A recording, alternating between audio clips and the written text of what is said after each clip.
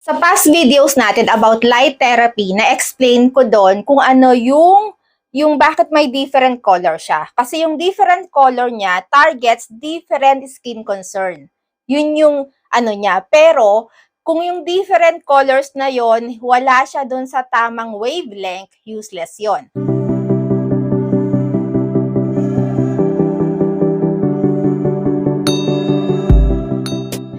Hello loves! Welcome back to my channel, and if you're new here, this is Gandang Pilipinas sa Espanya, where we can talk about beauty, lifestyle, and my personal experiences here in Madrid.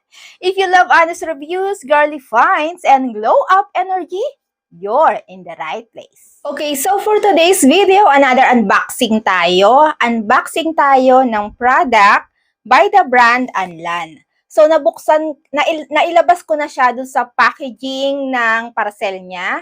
So, ito na lang. Pero, hindi ko pa talaga nabubuksan ito. Ito ay ipinadala ng Anlan para itry ko. So, excited ako dito.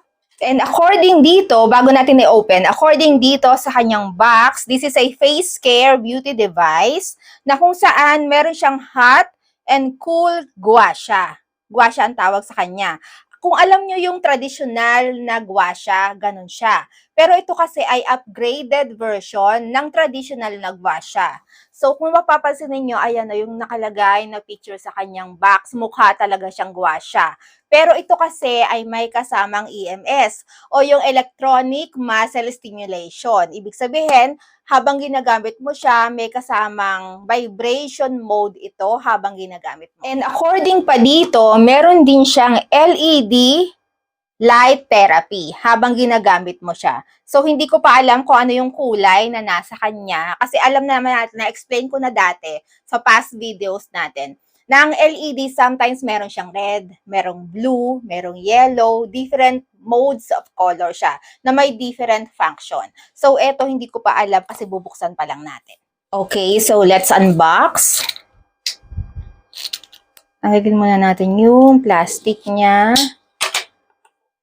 Kakauwi ko lang eh. So, bago ako maghilamos, buksan muna natin.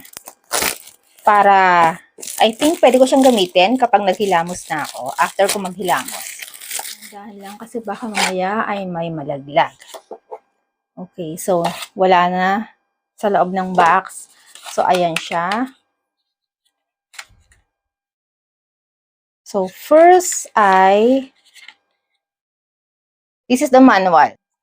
Ito, yung cord niya for charge. Ayan. And then, this is the product. Ayan. Okay, so, nothing more.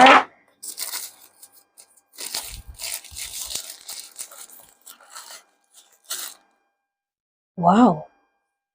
Mabigat siya ha. Nafe-feel ko na mayroon siyang premium quality na pakiramdam. Gustong-gusto ko yung mga ganon sa mga product na ginagamit ko. Lalo na kang beauty device. Gusto ko yung mga ganyang pakiramdam, yung may premium quality. Ayan. Pero, at authentic. Yes, out tayo sa mga fake na product, okay? Dito nakalagay, sana lang, ano siya, may charge para magamit ko siya after ko maghilamos. Okay, dito yung port ng charge niya. And then, on and off, nakalagay dyan. And then yung mode, dito. Okay, so ayan, nabuksan ko na siya. Okay, kung napapansin ninyo, may kurba siya, di ba? So, mukha talaga siyang gua sha. Although, hindi yung kurbang-kurba yung dito sa part na to. Pero mukha talaga siyang gua sha. Tapos, on natin. Okay. Ayan. So, yan yung nakikita nyo ngayon ay red. Hindi ko alam kung paano siya papalitan ng color. Okay. Nag-change. Etong M ay yung mode. Nag-change to blue. Ngayon naman ay purple. Sa past videos natin about light therapy, na-explain ko doon kung ano yung bakit may different color siya. Kasi yung different color niya targets different skin concern. Yun yung ano niya. Pero, kung yung different colors na yon wala siya dun sa tamang wavelength, useless yon. So, according dito ay yung wavelength ng each color niya ay yung red nito ay meron siyang 620 plus 10 nm. Pasok siya doon. So, yung red ay para mag-activate yung collagen. And then, yung blue naman ay meron siyang 460 plus 10 nm. Pasok pa rin siya sa tamang wavelength. At yung blue ay para sa repair ng skin at anti-acne. Kung may acne ka, may active acne ka, pwede siya. Tapos, yung violet naman, meron siyang 380 plus 10 nm, pasok pa rin siya. Para sa skin brightening naman yon. And according pa dito, yung different colors mode niya, pwede mong gamitin yung hot or yung cool. Kasi nga meron siyang ganong function. Pwede mong gamitin na hot or pwede kang gumamit ng cooling effect niya. According dito. At yung cooling effect niya, umaabot ng 13 to 15 degrees Celsius, yung cooling effect niya.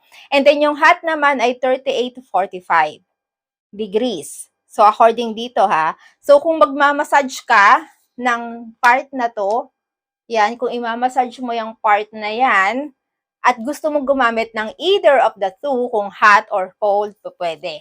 And according pa dito, hindi lang siya sa face mo pwedeng gamitin. Ako kasi yung unang kita ko sa kanya, dito ko lang talaga naisip gamitin. Ayan. Kasi gusto ko yung define, yung aking part na yan. Gusto ko talaga.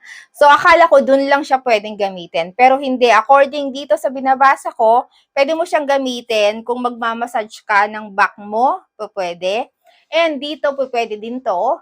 Yes, ang gua siya, pwede talaga siya sa neck. Kapag magmamassage ka ng neck. At pwede mo siyang gamitin sa katawan mo. Kung saan mong part ng katawan mo gustong mag-massage.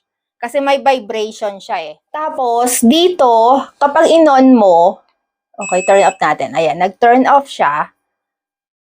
Kapag in-on mo yan, okay, may ano yan, may level. Level 1, 2, and 3. So, may different level siya. Depende na lang kung ano yung gusto mong gamitin. Tolerable naman yung hot niya. Tolerable. Check natin yung blue. Okay. Level 3 natin. Okay.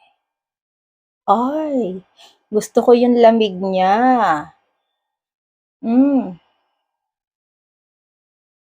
Gusto ko yung lamig niya.